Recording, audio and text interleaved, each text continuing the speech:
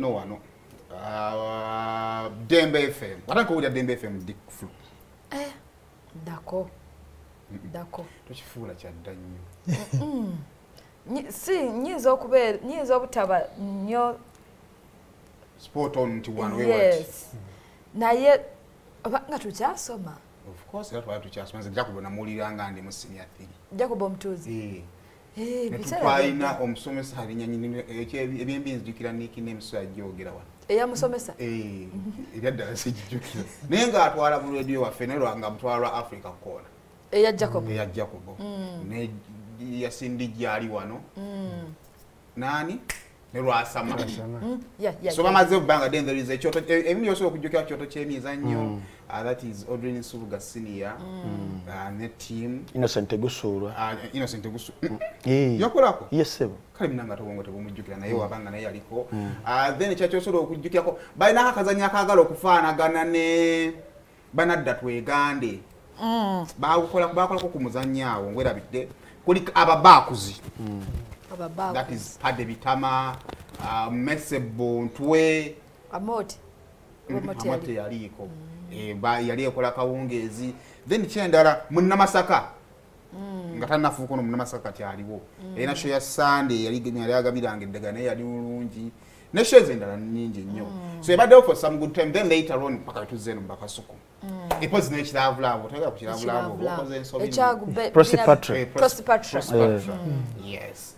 Kale ekiwandiiko kyavuddeyo ku lunaku olw'eggulo nga kiraga okuyimiriza programming TV radio kweri kumpewo. Naye programming.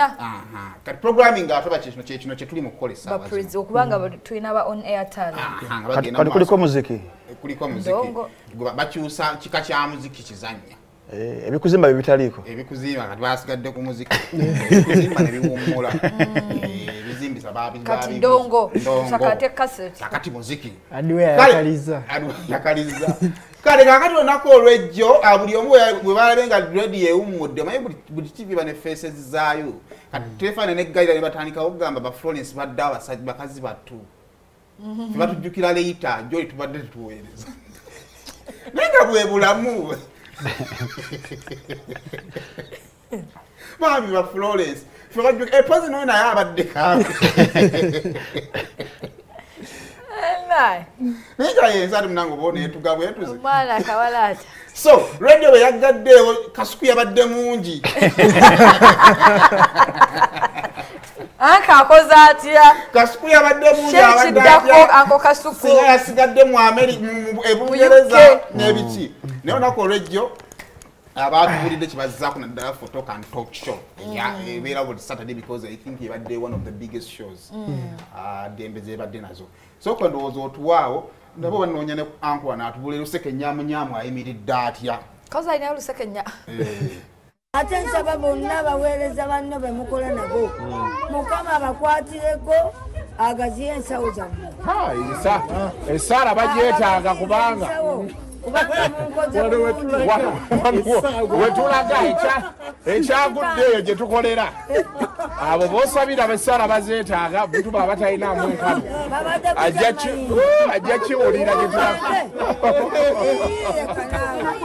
abadde talinaamu sente bagenda mu kyalo tadda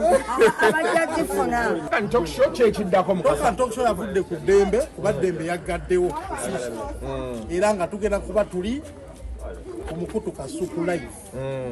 Tujja kwa twabulira ebisingawo nkyukakyuka tugenda okuteekamu ebinnonogo bye tugenda okwongera mu show eberenga nyuvu okusinga ne bwebadde naye nga 90.4 tekyaliwo tuli ku Kasuku live. Bagambye ntufune visa tubombe anti bo kyebatategedde nti visa olwedde mwezi olwabutazikozesa naye nga zinamulimu zibaamu ekyo netwagala bwagazi zikozesa era abadde batulinda waliwo abagenda ogenda kudda ku street ani nenda basaibo kawata nga bakuwolereza nti level ya street wagivaako dda ebirabo byavudde Canada eyo